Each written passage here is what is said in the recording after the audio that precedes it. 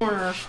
Today I'm going to make venison backstrap, and I'm going to do it with a rub and wrap it in bacon and then bake it in the oven. I asked Paul what he wanted for dinner tonight, and he said we haven't had any of that venison in a while. And so I pulled out the backstrap and I said, well, what do I do with it? And he said, well, people usually make chicken fry out of it. Well, I've already made chicken fried steak for YouTube, and really I hate to use up the venison on that. So I went looking on YouTube. I thought some of you folks that I subscribe to might have a recipe, but the one that I found is another young, fairly new YouTuber called E Factor Outdoors, and he uses a commercial rub for his. So I've cobbled together a rub from a Sports Illustrated recipe. So what I'm mixing up here is my rub consists of 2 tablespoons of sugar, 2 tablespoons of salt, a tablespoon of ground Cumino, a tablespoon of ground coriander, a teaspoon of garlic, a tablespoon of ground black pepper, and I've got coarse ground here. You can use whatever grind is your favorite.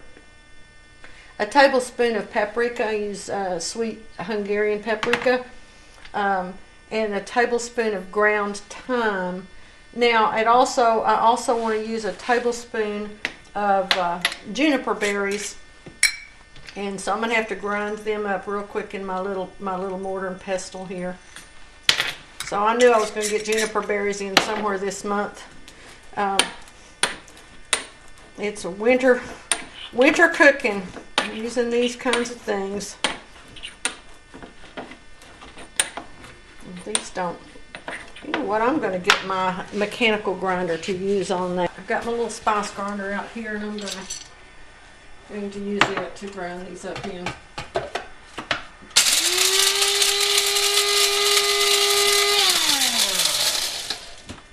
should do the trick. Okay. Put all of that in there. Now then, mix that all up together. This is kind of a new thing. We don't have venison very often. We don't hunt, but once in a while someone blesses us with some, and we're able to do some interesting things with it. So this is making a lot of rub, so I hope it's good, because I'm going to have a lot of it to use. Right. This is an old Pyrex, old Made in USA Pyrex. The new stuff is made out of a different material, and I've had it explode on me, so I only buy the old. I wouldn't trust a good piece of meat in new Pyrex. Okay, here's my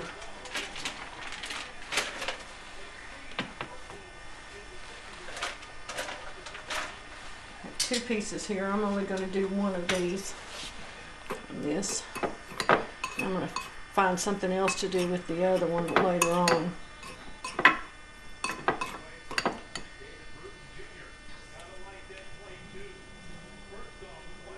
All this nice rub all over it here.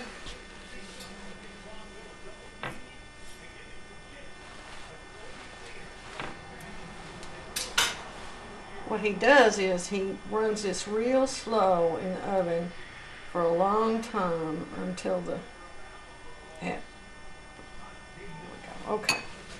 Now, my bacon, I didn't have any raw bacon because I buy bacon ends and pieces, and then I bake it up all at once. You can see one of my early videos where I did it all in the oven.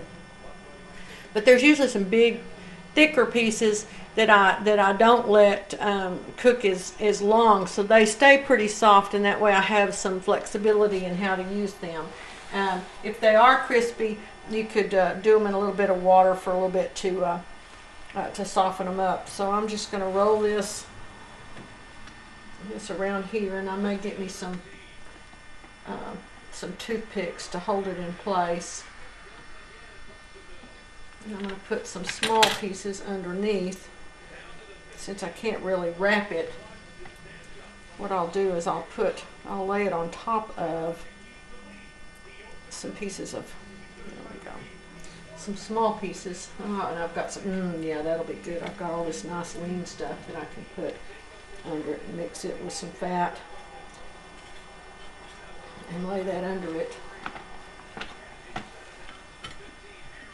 Okay, there we go. Now, there we go. All right. Lay this, lay that on top of it.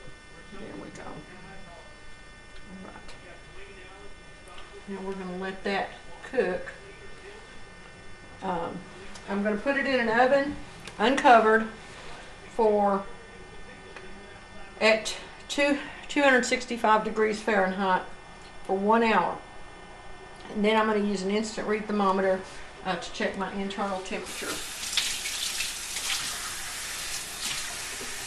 Just a second, got to get my hands washed before I can touch my camera to turn y'all off. We're not obsessive here.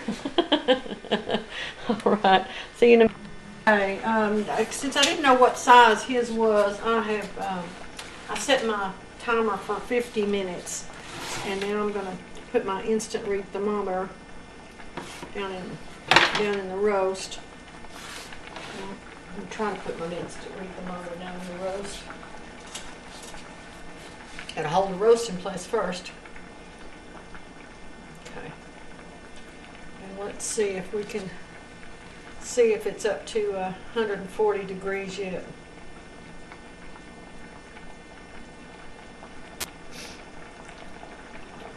I'm cooking green beans and carrots to go with it. Love carrots. The way I make them is I put either some orange peel or orange marmalade if I have it, and some honey and butter, and they just cook them to death like I do the green beans. The green beans, you know, just put some bacon grease in them and cook them all the way. All right, okay, this is only up to 120, so I need to let this cook some more. All right, it's cooked for about another 25 minutes, and I hope that this will be, it should be up to its temperature now. Let's give it a shot and see here. Oops, back on there. Let's see. Oh, you can't see it anyway.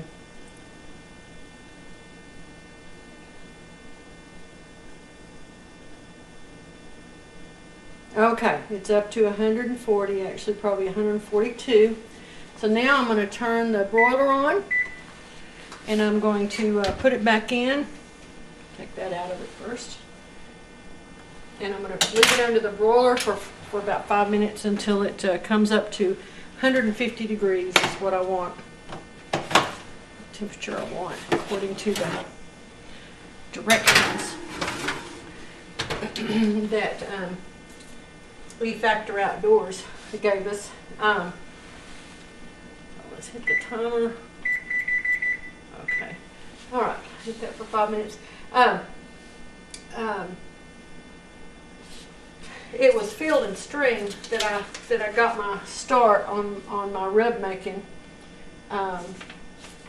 I think I said something else. But anyway, it was Field and Stream. So there we go. I'm excited. This will be tasty. Paul is the one that always cooked meat. He was he cooked meat and he cooked fish because he knew how to cook it just perfect. And so now that he can't do that, I'm having to learn how to do some things that are a little bit out of my comfort zone. So as I learn, I film it, so you guys get to see what I do. So if this doesn't turn out good, I'll have to be honest, and we'll have to tell you what I did wrong. I'll be back in a few minutes when it's done. All right, now let's give this. I hope that this is done this time. Let's see here.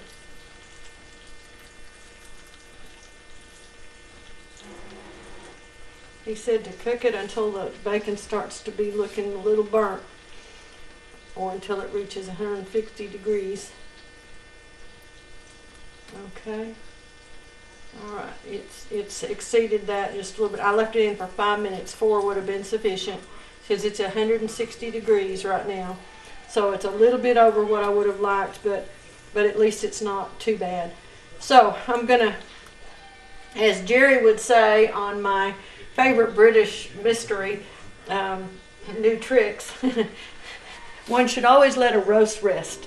So I've learned that whether it's roast or meatloaf, it needs to sit there, or turkey, it needs to sit there and rest for a while and let the stop boiling inside. So I'm going to let it sit, and I'll bring y'all back and show you the final plated result, and we'll talk about it. By the way, so that I won't forget when I come back, I have another piece of backstrap left that's thawed out, so I need to use it, you know, in the next week or so. I can pop it back in the freezer if I need to. But if you have a venison recipe that you think I should try next, or whether you've already got a video up, or you want to do a video, or you want to point me at one that you think would be a fun one to try next, please leave me a comment and put the link to it down there, and let's, because I'd love to try something else, something different with it, and so. All right, there's the final result. The steak, or the venison, came out really nice. I don't think it's overcooked at all. It looks really nice.